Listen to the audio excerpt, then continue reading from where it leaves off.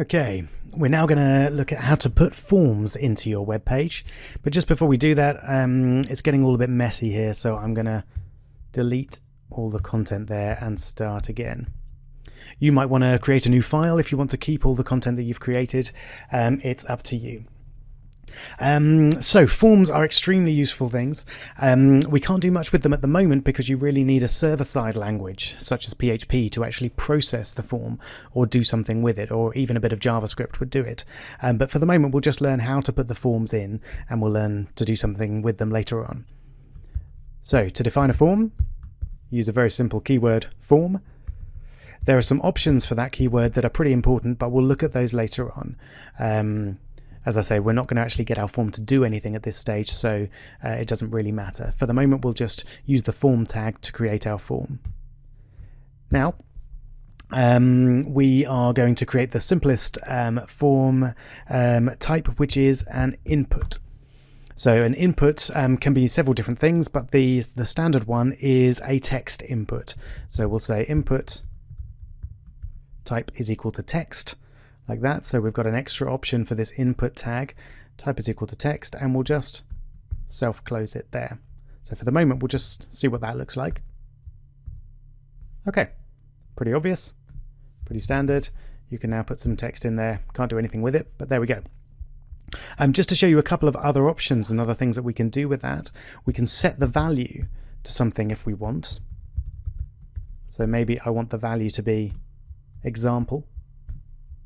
If I refresh that, then that sets the value to example to start with. So it might be that you want to input an email address or something that you've already had stored. So that's the way you can do that. Now, a slightly annoying thing, if you've got a value and you click on it, the value doesn't disappear. So they still have to type, still have to get rid of everything to type something new. There's a handy option called Placeholder.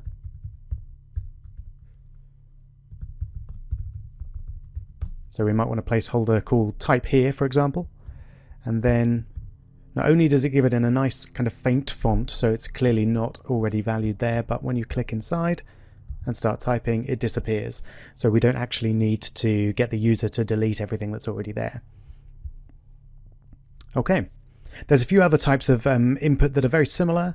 So for example, you can put input type is equal to email, and you can use that to automatically validate an email address. So the browser will check to see if it's a valid email before the form is submitted or anything is done with it.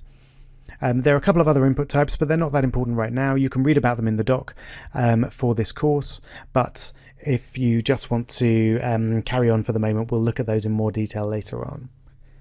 Okay. So I'm going to put a line break in. In fact, what I'll do is put a couple of line breaks in so that it'll all be nicely separated out. Let's pop a space in there. Okay, so sometimes you're going to want to get the user to type in larger areas of text, and you do that by using the text area tag there. So text area. And then you put your content in again. My content goes here, something like that. And then you close the text area tag. So the text area tag is different to the input tag. It's not self-closing. It's you open it, put your content, and then close it. There we go. So you've got your text area with some content. If you just want to create an empty text area to put some details in, then you just put nothing in between and then it's blank. Great, that's a text area. Let's put another couple of line breaks in to keep everything nicely and separated out. So the third one we're going to look at is a drop-down box. In HTML speak, that's called a select. So we use the select tag.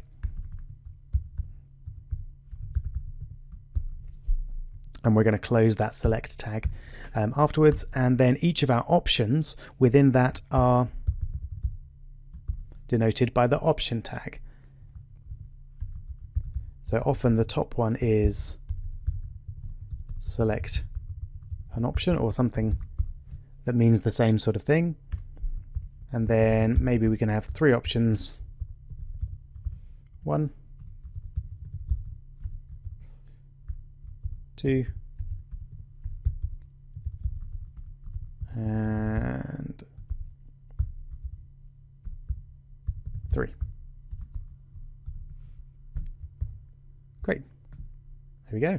So I've got a drop-down menu with 3 different options, as well as a select an option instruction at the top. Great. Now, I must say at this point that there's a lot more you can do with these forms, a lot that I'm missing out at this point, just for simplicity's sake. But don't worry about it, it'll all get covered when we look at forms in more detail later on. For the moment, we're just looking at the HTML part to get them onto the screen. Okay, so another type that you might have seen is a what's called a radio option. So we're going to have input type equals radio. It's not going to play any music, unfortunately, but it's going to be a little circle that we click in to select a particular option. So maybe we'll have, if we're talking favorite colors, for example, we might have a red option. Oh, I should close that tag. I'm going to select that again to save you from watching me type, and a green option. Let's have a look at that. Okay, so we've got red, we've got green. Now, usually when we're doing radio inputs, we only want one of them to be selected at once. So we need to have a way of grouping them together so that only one option can be selected at one time. And what we do is we give them a name. So we'll call it color.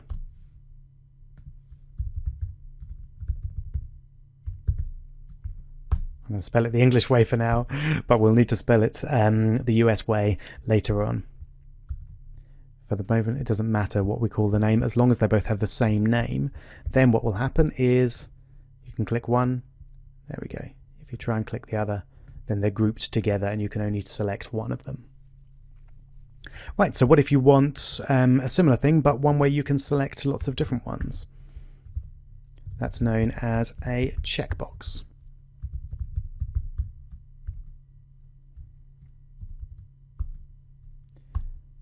So this time we'll do some animals, and again I'll copy and paste. We'll have dog, cat, and fish.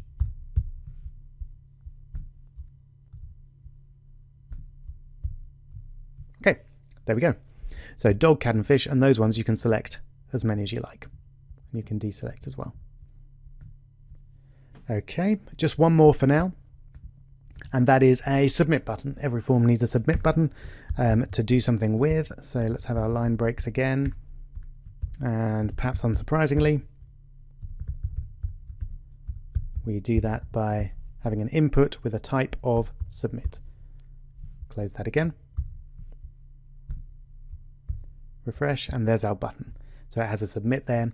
Usually you're going to want to customize the text on that button, and you do that by setting the value of that input.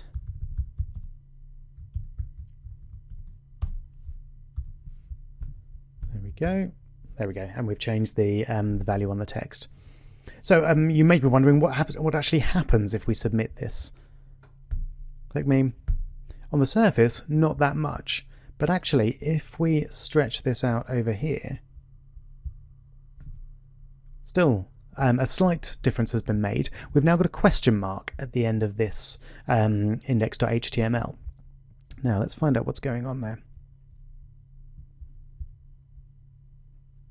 If we go back up to the form, we can set an action for the form.